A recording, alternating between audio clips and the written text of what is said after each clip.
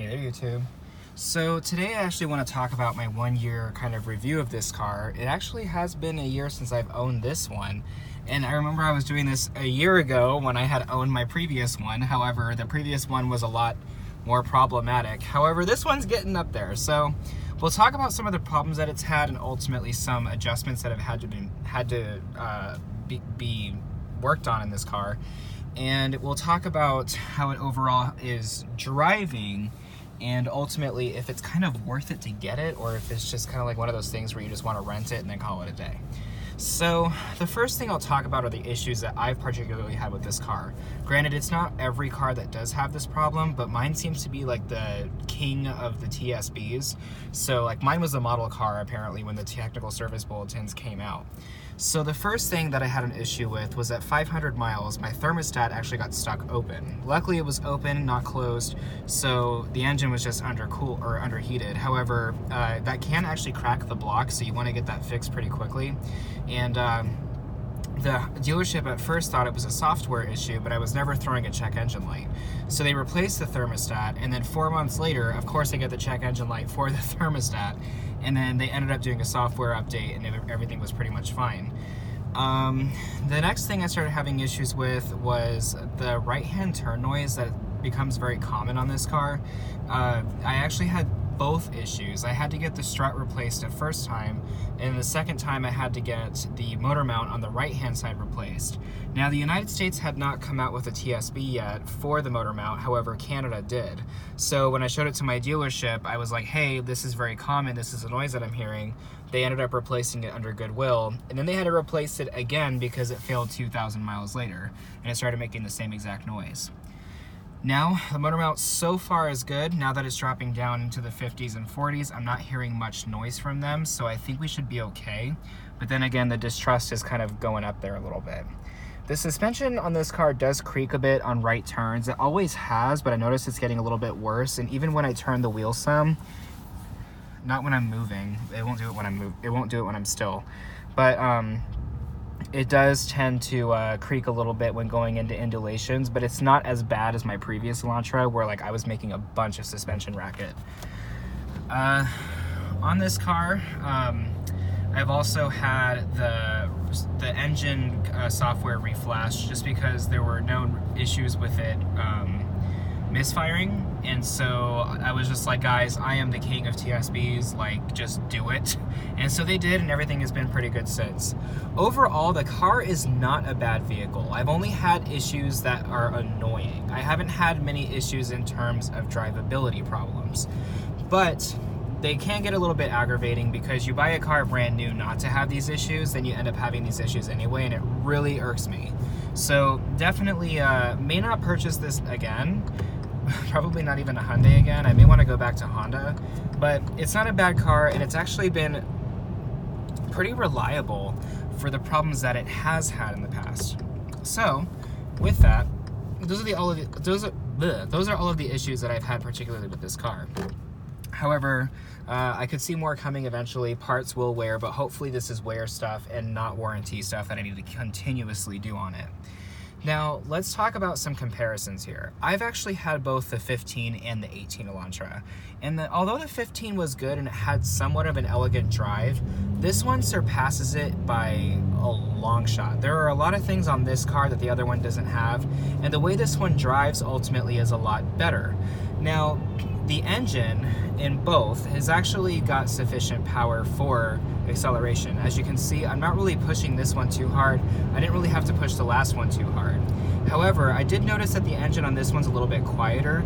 It behaves better in the lower revs, and with the gearing of the transmission, this transmission definitely has been updated compared to the previous generation. As you can see right now, if I were in my older Elantra, I would be resting a little bit lower on the cruising RPMs, and let's say I'd be at 1900 right now at 60 miles an hour.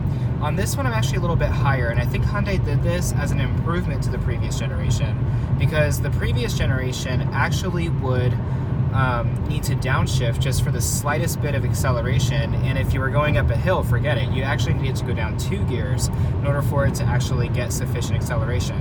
Right now, if I just remotely want to get any acceleration, I just have to shift down to gear 5, and the car basically has adequate power to climb hills or to go over certain obstacles in the road that will require you to have more speed.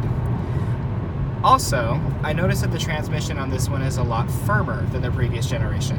I'm not sure if Hyundai did that as an improvement as well, but basically I don't feel like this one lugs between shifts, whereas the other one, it definitely felt like the timing was changed a little bit to make the transmission super smooth, and while doing that, it actually made the car very slow.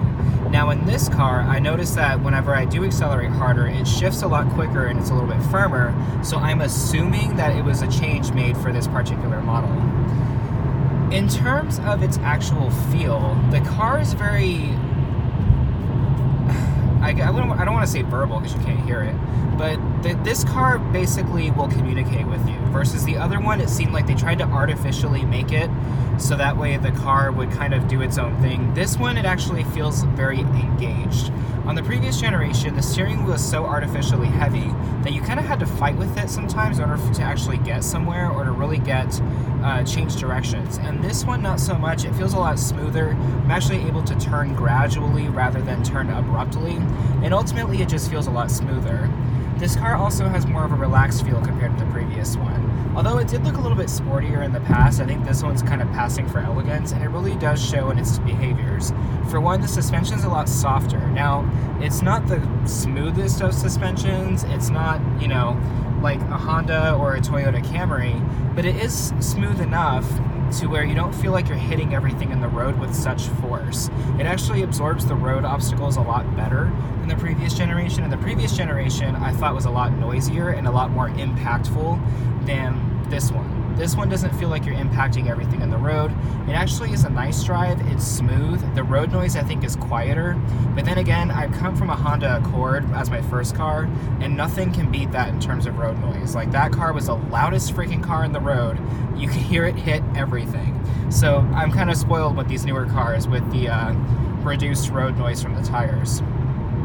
Like I said before, the engine noise is a lot quieter. I don't really hear it on the highway. And really the only time I hear it is when I'm accelerating hard, which is when you should, but not too bad. I also think that the interior of this car is a lot better. I like the infotainment system being built in. Granted, on the last one it was as well, but I do enjoy the fact that it is built in. It makes the car look a little bit more elegant rather than teenagerish, which is the little laptop thing up there. And I also think the storage in the actual centerpiece is actually a lot nicer. Now, do keep in mind, I do like the gauges from the previous generation, as they were blue and very loud. But on this one, I do like the fact that they kind of calm them down a little bit, because it gives the overall calm essence that the car is going for. So it's definitely something that I could live with, although initially I did not like the gauges. They actually kind of grew on me. And I also love the fact that I now have analog temperature gauge and fuel gauges again, because the digital one kind of got annoying with the bars dropping, and it always seemed like it was dropping too fast. Granted, we'll talk about that, the gas mileage. On this particular generation, the gas mileage is superb compared to the previous one. This car, I can get around 400 miles to a tank if I'm all highway. On the previous one, I was barely hitting 300 before I had to fill up from empty. So the gas mileage on this one, I think, is a lot better. It's very, for one, it's very efficient, but I also think it has to do with the transmission not needing to downshift as much, and the fact that I have a 14-gallon tank rather than an 11 to 12-gallon tank. That does really make a difference in terms of how this car, or how far this car will go. Now, like I said, I've only got minor complaints about this car, one of which being the suspension noise, but I honestly think that this one drives a lot better, and I also know that I have had this since new, so any damage that has actually been incurred on it is from me and not somebody else. So with that, folks, I'm going to go ahead and let you guys go. This has been sort of my one-year review of this car and ultimately some complaints. If you guys do have any questions, by all means, let me know. Some updates on the other cars. 16 and 17 Chargers are both getting door panels right now, because it's doing that common Dodge thing where the adhesive on the door panel is actually coming off. So door panels are literally coming off of the doors themselves. So with that, folks, I'm going to go ahead and let you guys go, and we'll go ahead and call it from here. Have a good one.